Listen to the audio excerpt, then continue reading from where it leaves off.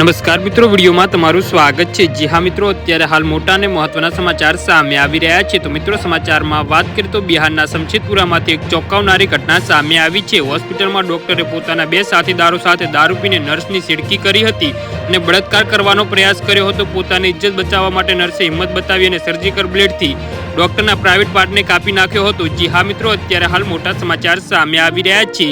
આ પછી નર્સે ત્યાંથી ભાગી ગઈ અને ડોક્ટરના બે સાથીદારો તેને પકડવા તેની પાછળ દોડ્યા હતા। નર્સે તેના ફોનથી ડાયલ 112 પર ફોન કરીને આ અંગેની માહિતી આપી હતી। જી હા મિત્રો, ડીસીપીએ જણાવ્યું કે મોડી રાત્રે પીડિતા દ્વારા 112 પર કોલ કરવામાં આવ્યો હતો। આ પછી પોલીસે પીડિતાને એક ખેતરમાંથી બહાર લઈ આવ્યા હતા અને એસપીની સૂચનાથી એક ટીમ ઘટના સ્થળે દરોડા પાડીને ડોક્ટરની ધરપકડ કરી અને અન્ય બે સહયોગીની પણ ધરપકડ્યા છે। તો પોલીસે સ્થળ પરથી દારૂ પણ મળી આવ્યો છે।